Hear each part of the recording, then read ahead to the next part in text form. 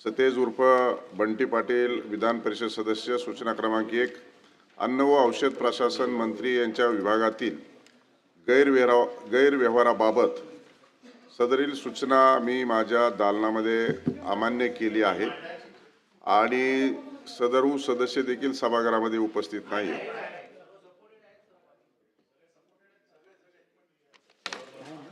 Supported नाव नाही याच्यात।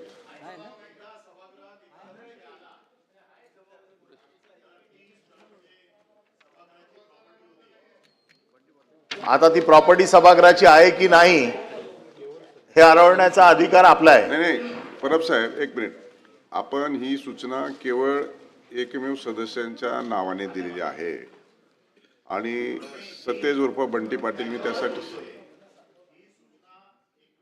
आपण 289 अन्वये प्रस्ताव दिलेला आहे।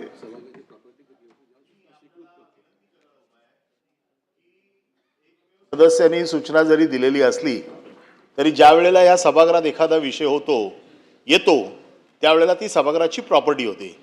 आता नियमावरती बोट ठेवून तो देण्याचा की न देण्याचा अधिकार हा आपला आहे।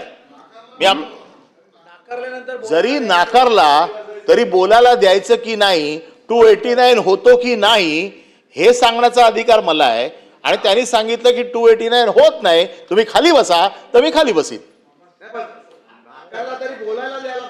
पण नाकारायचा की नाही हा अधिकार पुन्हा आपल्याकडे आहे।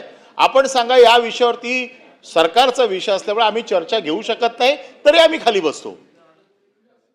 पण 289 होतो कसा हे तर सांगायला मला द्या। एकच मिनिट, जास्त नाही बोलत।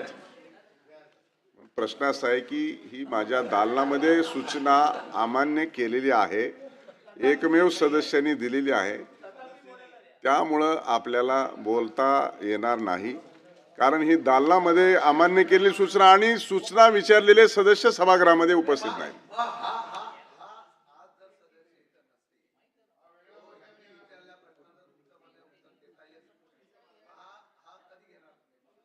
हा सदस्यांनी पुन्हा आता उद्याची प्रोसिजर अशी आहे की 11च्या आत परत 289 द्यावे लागेल आणि त्याच्यानंतर आपल्याला हा प्रश्न उपस्थित करता येईल। नाही, प्रत्येक वेळेस आपल्याला तांत्रिक आणि टेक्निकल गोष्टीवरती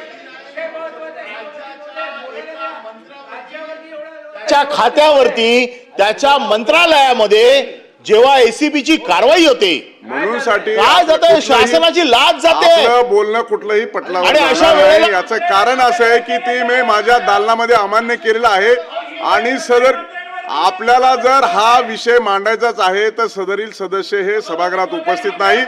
मी माझ्या दालनामध्ये अमान्य केलेली आहे आणि त्यामुळे आपल्याला हा विषय मांडता येणार नाही।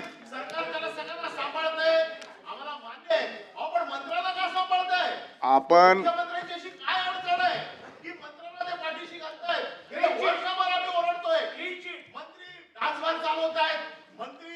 पुढे जाऊ। आपण आता लक्षवेधी सूचना क्रमांक 1 ऍडव्होकेट निरंजन डावकरे। सभापती महोदय, लक्षवेधी क्रमांक 1। सभापती महोदय, लक्षवेधी क्रमांक 1। एक मिनिट, निरंजन डावकरे, सूचना क्रमांक लक्षवेधी 1 आणि 6 ही एकत्रित करून मंत्री महोदय आपण उत्तर द्या।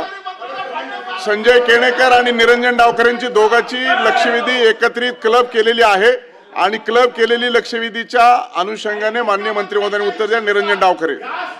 धन्यवाद सभापती महोदय। खरं तर ही जी लक्षवेधी आहे ही सभापती महोदय इंटरनेट श्राप आहे की वरदान असा एक प्रश्न निर्माण करणारे आहे।